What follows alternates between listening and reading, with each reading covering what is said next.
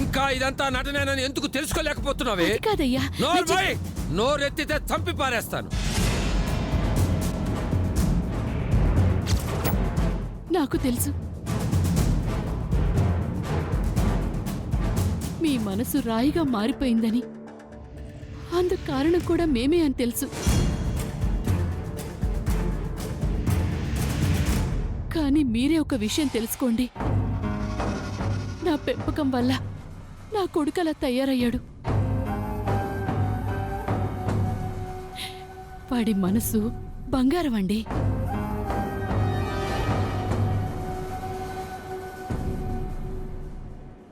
ఇప్పుడు వరుదిని రాకపోతే వాడు పిచ్చివాడైపోతాడు.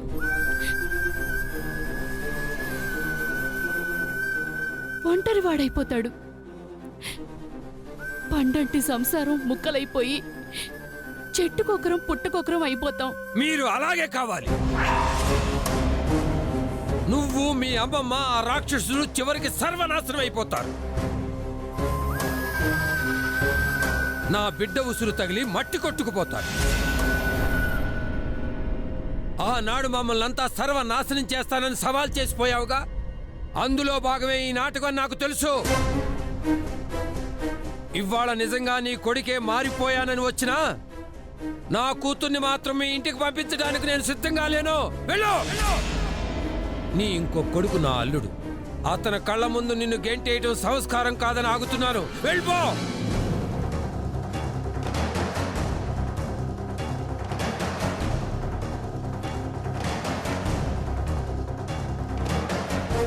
ఇప్పుడు మీరు ఆవేశంలో ఉన్నారు.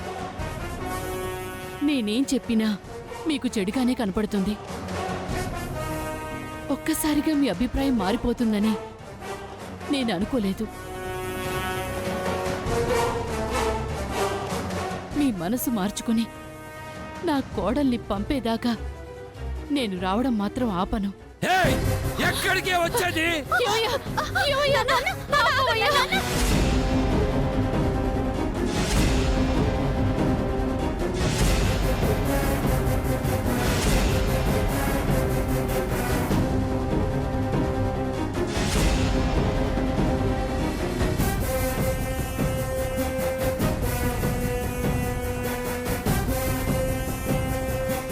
మరొక్కసారి మా ఇంటి ఛాయలకు వచ్చావంటే నిన్ను నరికి పారేస్తాను. ఏమనుకున్నావా?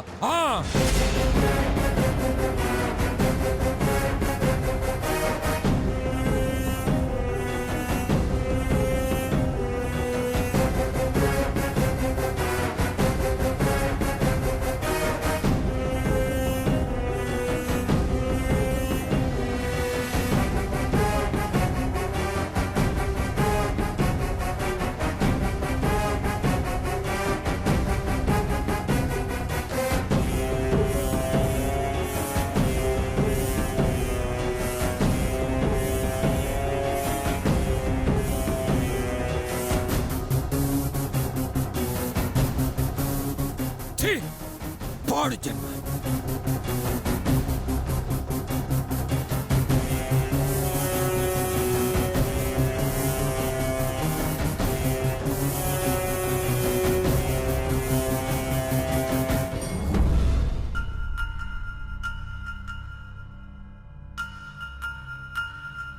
వరుదిని, నేనింకా ఇంటల్లుండి కాదు కాబట్టి జోక్యం చేసుకోలేదు. కానీ ఒక ఫ్రెండ్గా మాత్రం నా అభిప్రాయం చెప్పకపోవడం తప్పవుతుంది కాబట్టి ఇప్పుడు చెప్తున్నాను.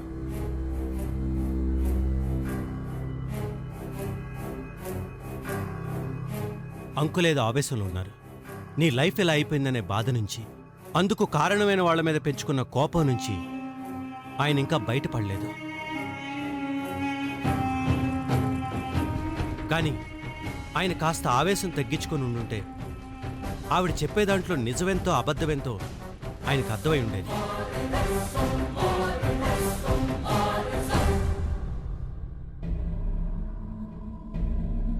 ఏమో, పార్థు నిజంగానే మారిపోయి ఉండొచ్చేమో.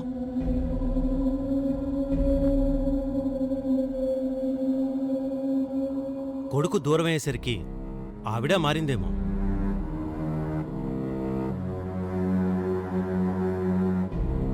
అదే నిజమైతే అంతకన్నా మనందరికీ కావాల్సిందే ఉంది వరుదిని.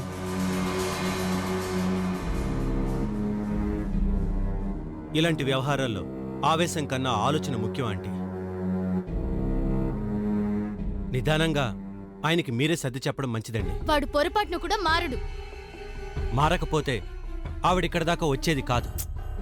మీ నాన్న ఎన్ని మాటలన్నా ఇంత తగ్గి మాట్లాడేది కాదు.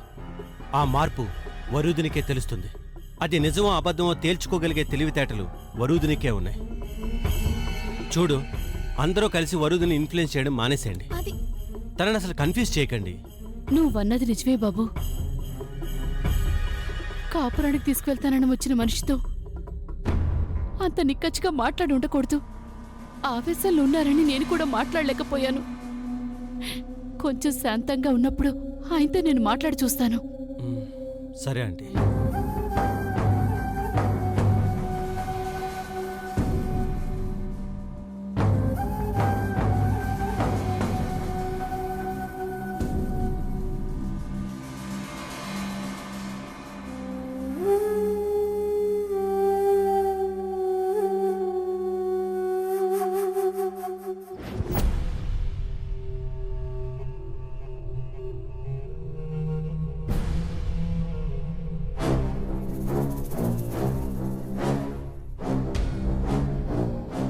నువ్వు కొంచెం లోపలికి వెళ్తావా?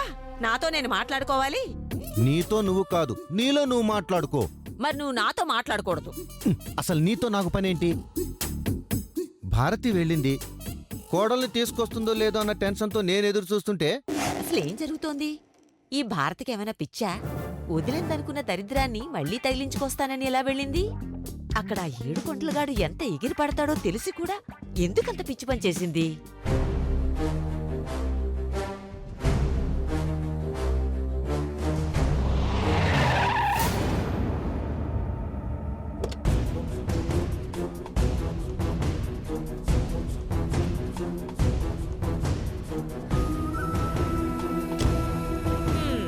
హారతి పట్టుకెళ్ళవయ్యా, నీ కోడల్ని తీసుకొచ్చి ఉంటుంది మీ ఆవిడ.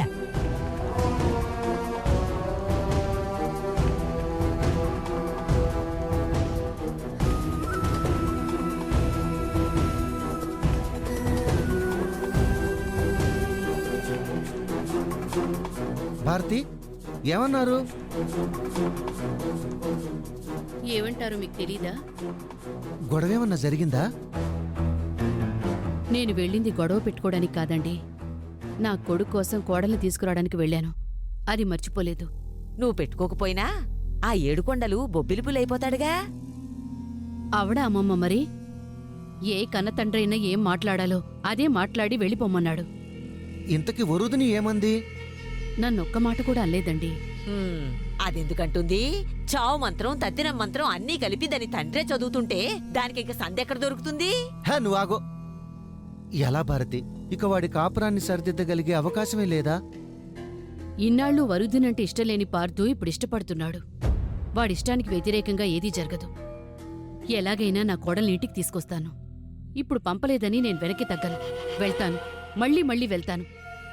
పండరాయిగా మారిన వాళ్ళందరి మనసు కరిగేదాకా వెళ్తూనే ఉంటాను. వరుదిని ఇక్కడికి రప్పించేదాకా నేను ఊరుకోనండి.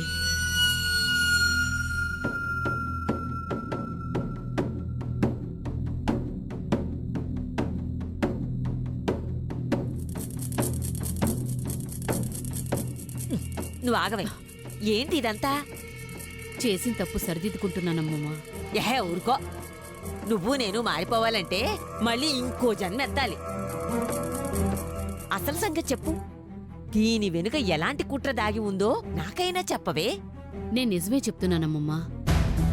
కన్న కొడుకుతో చీ అనిపించుకున్నా కూడా మారకపోతే అమ్మా నీ మాటకి అర్థమే ఉండదు. ఆ ఇదే ఇలా మారిపోతే లోకమేమైపోవాలి?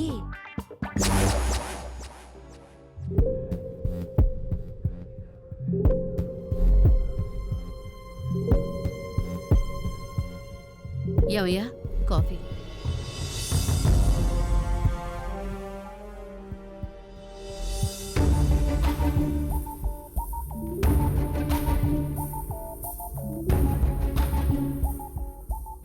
ఏమయ్యా ఏంటి ఏమన్నా మాట్లాడాలా? అవునయ్యా. దేని గురించి? అదే వరూధిని అత్తగారి గురించయ్యా. దాని గురించి నాతో ఏందే నువ్వు మాట్లాడేది? అట్ట మాట్లాడకయ్యా, అల్లుడు వింటాడు. ఎంతైనా ఆవిడ కొడుకే కదా. అయితే దాని పేరు నా దగ్గర ఎత్తుకో. అది కాదయ్యా. ఏంది మరి? నువ్వు కొంచెం తొందరపడ్డావేమోనయ్యా. ఏంది? నేను తొందరపడ్డానా? నువ్వు అంటున్నావా? అది కాదయ్యా, నేను చెప్పేది కాస్త విను.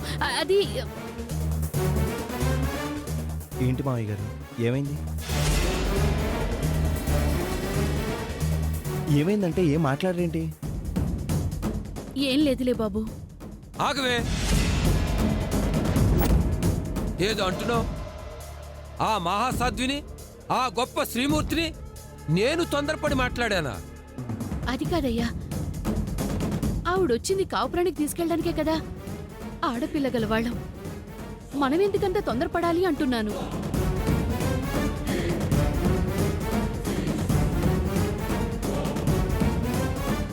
అంటే తప్పు నాదే అంటావా? జరిగినవన్నీ మర్చిపోయి ఆవిడిగా రాగానే కసాయవాడికి గొర్రె పిల్లని అప్పచెప్పినట్టు నా కూతుర్ని దానికి అప్పచెప్పంటావా? ఏందయ్యా నువ్వు మాట్లాడేది? వాళ్ళు తప్పు తెలుసుకున్నారు, అది ఒప్పుకుంటున్నారు.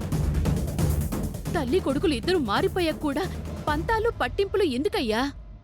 కన్న తండ్రి కోపం బిడ్డ బ్రతుక్కి అడ్డం కాకూడదయ్యా. రమ్మన్నప్పుడు పంపించకుండా జీవితాంతం దాన్ని అలాగే బ్రతకమంటావా?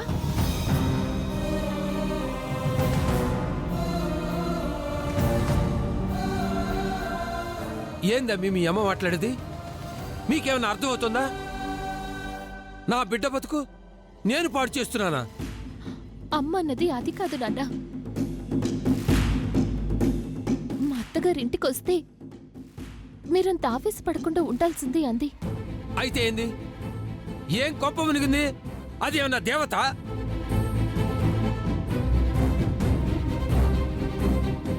మిమ్మల్ని ఏమన్నా కడుపులో పెట్టి చూసుకుందా? కొడుకు తప్పు చేస్తే మందలించి కాపురం నిలబెట్టిందా? అది తప్పేనని ఆవిడ కూడా ఒప్పుకుంది కదయ్యా. అవును బాబాయ్, నువ్వంత ఆవేశపడటం ఏం బాలేదు. గొడవలు లేని వాళ్ళు ఎవరుంటారు చెప్పు? పార్దు మారిపోయాడని చెప్పిన తర్వాత కూడా మనం మన పిల్లని ఇంట్లో పెట్టుకోవడం ఏంటి? రేయ్, నువ్వు మాట్లాడకు. వాడి సంగతి దాని సంగతి నీకేం తెలుసురా? నేను చూశానురా, కళ్ళారా చూశాను. వాళ్ళ మాటలు చెవులారా విన్నాను.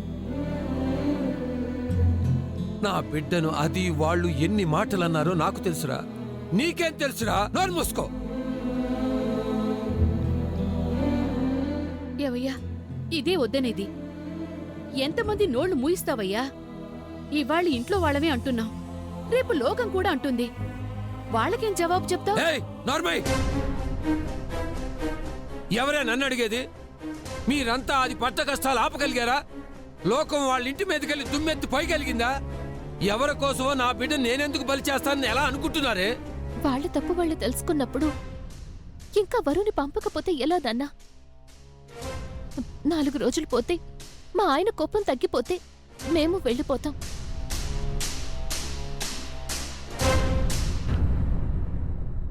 రేపు కావ్య పెళ్లి కాగానే అది వెళ్ళిపోతుంది. అది మాత్రం ఒంటరిగా మిగిలిపోవాలా? ఎందుకు నాన్న? వరుణ్ణి కూడా పంపించేద్దాం. నేను ఆ మాట కూడా అనడం లేదయ్యా. సరే, తప్పొప్పుకున్నారు కదా అని హడావిడిగా వదిలేసి చేతులు దులుపుకోమని చెప్పడం లేదు. 4 పెద్ద మనుషుల్ని కూర్చోపెట్టి ఇక ముందు ఇలా జరిగితే బావుండదు అని చెప్పించి మాట తీసుకున్నాకి పంపిద్దాం అంటున్నాను. ఆగు. నీకింకా నమ్మకం ఉందా? వాళ్ళు బాగా చూసుకుంటారని రాసిస్తావా? ఛీ, వాళ్ళు మనుషులే కాదే మానవత్వం చూపించటానికి. అందరూ తల్లుల్లా తయారై మాట్లాడతావెందుకే? మన బిడ్డ ఆ ఇంట్లో ఎలాంటి ఇబ్బందులు పడిందో తెలిసి కూడా ఎలా మాట్లాడగలుగుతున్నావే? ఇక నుంచి అలా జరగదని మా అమ్మ కూడా మాటిచ్చింది కదా మావయ్య. ఇంకా ఎందుకు మీరు భయపడుతున్నారు? అత్తయ్య అన్నట్టు 10 మందిని కూర్చోపెట్టి మాట్లాడిస్తే పోయేదేముంది చెప్పండి. బాబు, మీరు కూడా అలా మాట్లాడుతున్నారా? వాళ్ళు నిజంగా మనుషులే అయితే మీరెందుకు వాళ్ళని దూరం చేసుకుని ఇక్కడికి వచ్చారో చెప్పండి. దానికి దీనికి ముడి పెడతారేంటి నాన్న? వాళ్ళ తప్పు చేసినందుకే మేమిద్దరం ఇంట్లో నుంచి వచ్చేసాం తప్ప నన్నెప్పుడు మా అత్తయ్య గాని మావయ్య గాని ఏ మాట అనలేదు.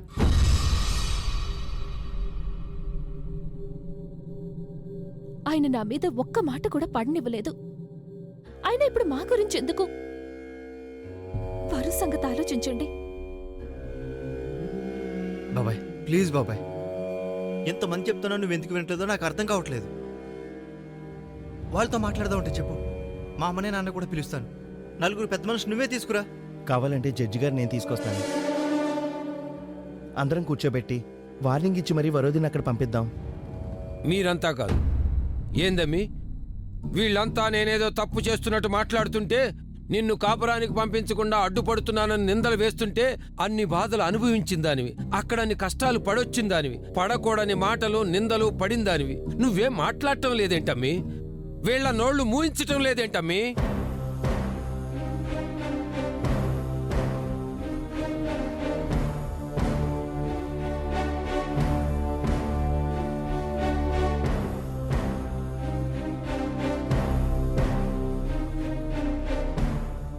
మాట్లాడమ్మి, నీ మనసులో ఏముందో చెప్పమ్మి.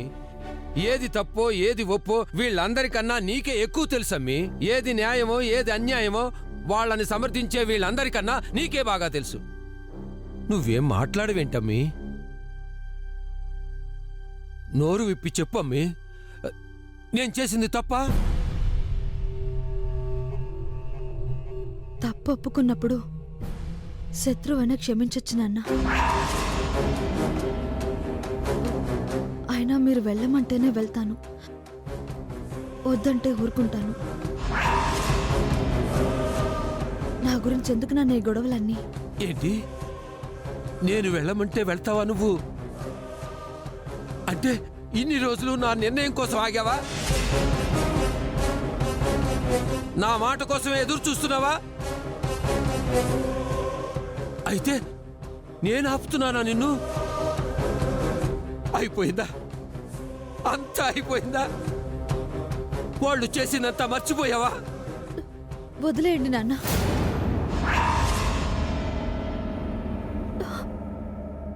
ఆగు!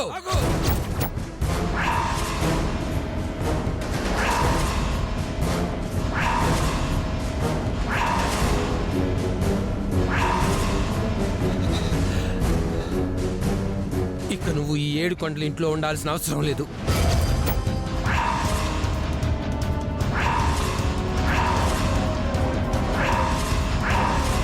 బయటికి నడు. వద్దు, ఇక ఒక్క క్షణం కూడా నువ్వు నా ఇంట్లో ఉండొద్దు. ఆ దేవత దగ్గరికే వెళ్ళుండు. వాళ్ళకే గుడి కట్టి పూజలు చేసుకో.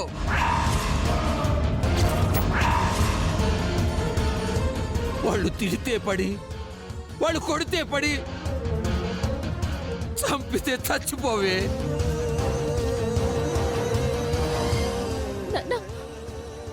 అంతే తప్ప నా ఇంట్లో ఉండటానికి వీల్లేదు.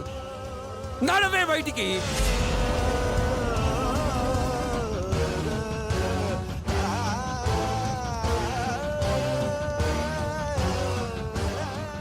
నాన్న, నాన్న, ఏవయ్యా? నాన్న, ఏవయ్యా? మావయ్య,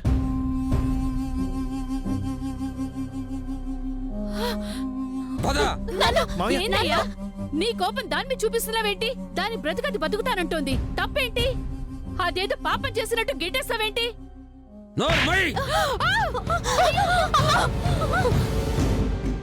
ఇంకా దీన్ని వెనకేసుకొస్తావంటే సిగ్గుమాలిదానా? అది అక్కడే సస్తానంటుంటే మనమే బలవంతంగా ఇక్కడే ఉంచేస్తున్నావంట. వినలేదా? సావనివే, దాని చావు అది సావనివు. పదవే, పద.